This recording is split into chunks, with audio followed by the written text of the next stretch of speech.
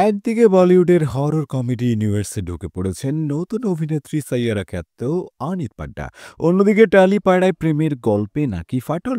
এখন আর দেব রুক্সিনীকে আর আগের মতো দেখা যাচ্ছে না। তাহলে কি হলো তাদের ব্রেকআপ? আর ঢাকায় তানজিন তিশার বিরুদ্ধে নিয়ে আসা হলো প্রতারণার অভিযোগ, কিন্তু সেটা কতটা সত্যি? তাহলে চলো শুরু করা যাক আজকের রিল টক বিডি আপডেট। বলিউডের ম্যাডো হরর কমেডি ইউনিভার্সে এখন নতুন চমক। সাইয়ারা খ্যাত অভিনেত্রী অনিত পাড্ডা আসছেন নতুন সিনেমা শক্তিশালিনী নিয়ে। স্ত্রী ভেড়িয়া মুন্ডা ও থাম্মাইয়ের পর এবার আসছে এমন এক ছবি যা নাকি গোটা ম্যাডক ইউনিভার্সের মোড় ঘুরিয়ে দেবে। হ্যাঁ, বলছি আসন্ন সিনেমা শক্তিশালিনী নিয়ে। আর এই ছবিতেই প্রথমবারের মতো মুখ্য চরিত্রে দেখা যাবে সাইয়ারা খ্যাত অভিনেত্রী অনিত পাড্ডাকে। প্রথমে কিয়ারা আদভানিকে নিয়ে নির্মিত হওয়ার কথা থাকলেও শেষ পর্যন্ত অনীতি জায়গা করে নেন এই বহুল প্রতীক্ষিত ছবিতে। সম্প্রতি দীপাবলিতে মুক্তি পাওয়া থাম্মা ছবির সঙ্গে যুক্ত হয়েছে শক্তিশালিনী এর ঘোষণাপত্রের ভিডিও।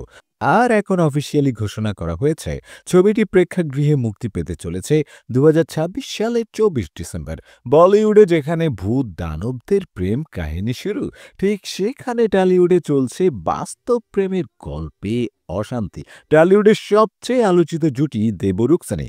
এক দশকেরও বেশি সময় ধরে তাদের সম্পর্কের গল্প যেন প্রেমের উপন্যাসের মতোই পরিচিত সবার কাছে।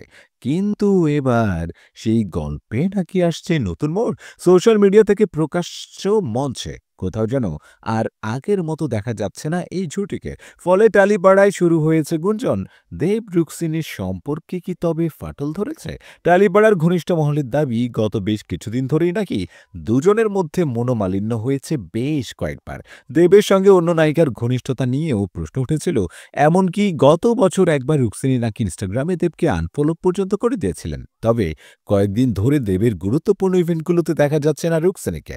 নায়কের ফিল্মি ক্যারিয়ারের 20 বছর পূর্তির বিশেষ সেলিব্রেশন ইভেন্টেও তার অনুপস্থিতি চোখে পড়েছে সবার। এমনকি দেব প্রযোজিত ও অভিনীত আলোচিত ছবি রঘু ডাকাতের কোনো স্ক্রিনিংয়েও দেখা মেলেনি তাকে। এরপর থেকে নেটিজেনদের মধ্যে দেব রুক্সিনীকে নিয়ে বিচ্ছেদ গুঞ্জন শুরু হয়েছে। টলিউডে যখন প্রেমের গল্পে জমে উঠছে ঠান্ডা যুদ্ধ, অভিযোগ এক নারী উদ্যোক্তার কাছ থেকে ফ্রি শাড়ি নিয়ে তিনি প্রতিশ্রুতি অনুযায়ী প্রচারণা করেননি। ঘটনা জানুয়ারির। তিশার ইনস্টাগ্রামে অ্যাপোনিয়া ফ্যাশন পেজ থেকে 28,800 টাকার এক জামদানি শাড়ি নেন। শর্ত ছিল সেটি পরে ছবি পোস্ট করবেন, কিন্তু 10 মাস কেটে গেলেও তিনি তা করেননি বলে উদ্যোক্তার দাবি। উদ্যোক্তা দাবি করেন একাধিকবার ফোন, ভয়েস মেসেজ এবং হোয়াটসঅ্যাপে যোগাযোগের চেষ্টা করেও কোনো সাড়া পাননি। এখন তিনি শাড়ির মূল্য ফেরত চাইছেন এবং আইনগত ব্যবস্থা নেওয়ার কথা বলছেন। অভিযোগ প্রকাশ্যের পর তানজিন তিশা আনুষ্ঠানিকভাবে প্রতিক্রিয়া দিয়েছেন। তার ফেসবুক পেজে লিখেছেন, গিফট নিয়ে হয়ে গেলাম প্রতারক। আর ফটোশুটই যদি করাতে চান, পারিশ্রমিক কোথায়?